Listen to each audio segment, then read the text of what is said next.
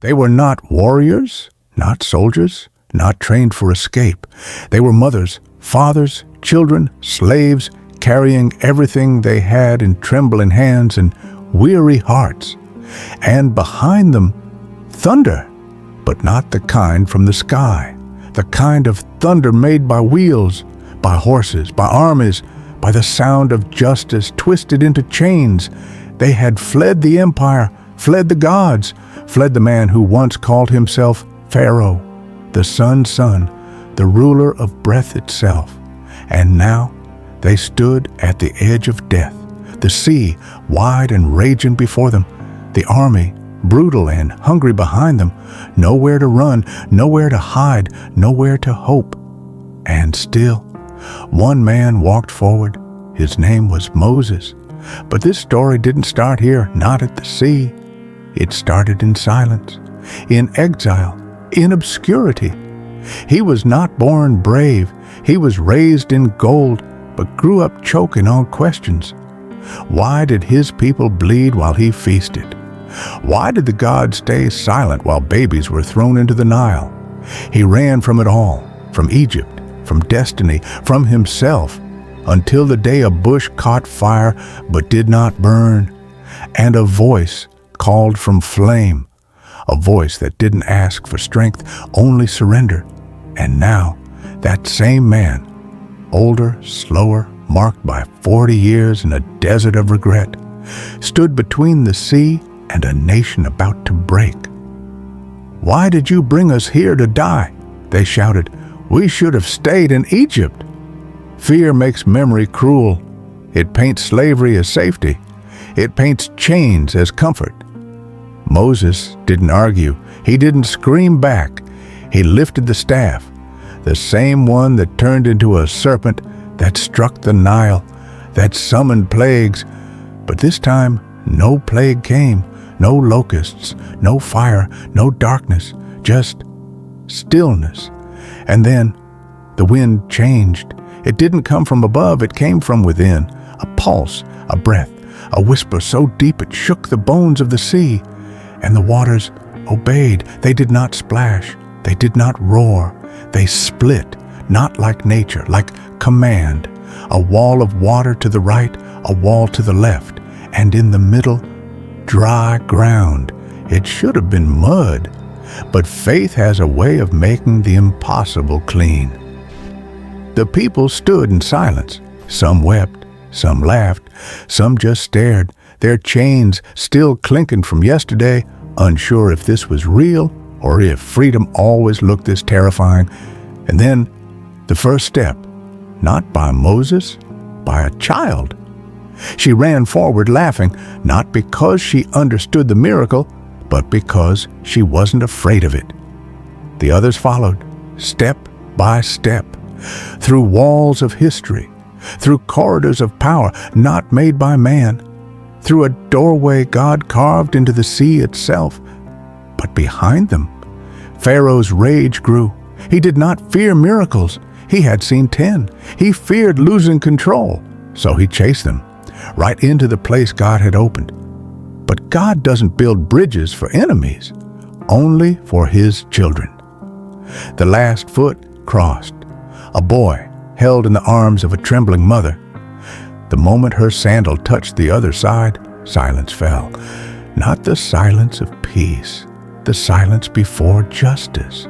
Because behind them, the chariots roared louder, iron crashing against rock, wheels spinning over sacred ground that wasn't theirs to touch.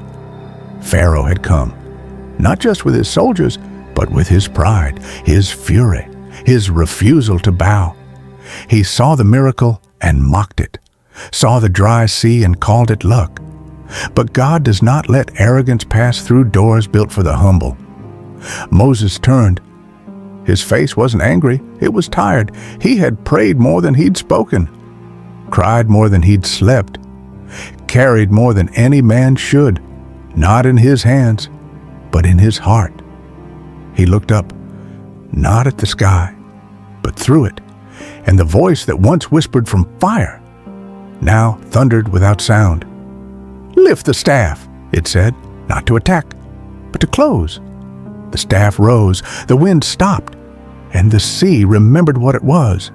It rushed back. Faster than horses, stronger than men, the walls became waves, the path became storm. Chariots lifted like leaves, weapons drowned in silence, the pride of an empire shattered in a heartbeat.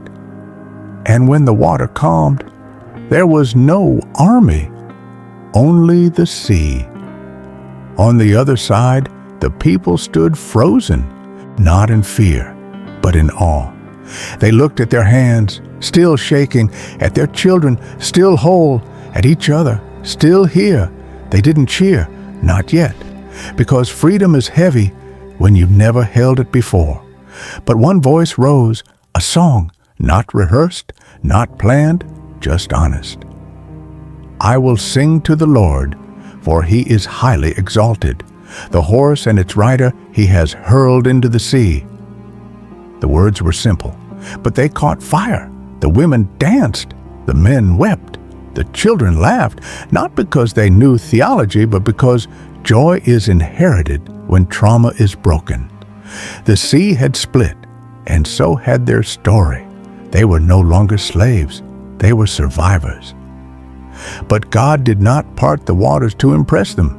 He did it to invite them, to teach them that He doesn't need swords. He doesn't need armies. He doesn't even need perfect faith. He needs surrender. And He will always make a way where there is none. You think the miracle was the sea. You think the power was in the waves, but it wasn't. It was in the choice. Because before the water split, before Moses lifted the staff, before a single step was taken, they stood in fear, hemmed in by mountains, trapped by the sea, and hunted by the past. Sound familiar? You've stood there too. Maybe not with sand under your feet, but with bills on your table, with test results in your hand, with anxiety that won't let you sleep, with memories that still chase you like Pharaoh's army. You've stood between pressure and panic, between what used to enslave you and what you're too afraid to walk into. You've prayed for a miracle and waited. Waited for the waters to move. Waited for someone to save you. Waited for God to prove He still sees you. But the sea didn't split because Moses was powerful. It split because God responds to surrender. The sea is not the miracle, obedience is. When Moses lifted his arms, he didn't know what would happen. He wasn't confident. He was desperate, tired, afraid, but he lifted them anyway. He trusted anyway, and the sea obeyed. You're waiting for the sea to part, but heaven is waiting for your surrender, your lift of the hand, your whisper of, "Help me." Your simple step forward when everything inside you screams, "Turn back." You don't need perfect faith, just movement. You don't need to see the outcome, just obey the voice. And the sea, it will remember who made it, because no storm, no past, no enemy, no trauma can stand between a child and their freedom when God has already written the ending. The sea isn't the final chapter. Your healing is, your peace is, your promised land is.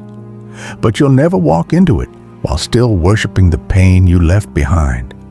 So today, take one step, not because you're brave, but because you're called. Not because the way is clear, but because the voice still speaks, and He's calling your name.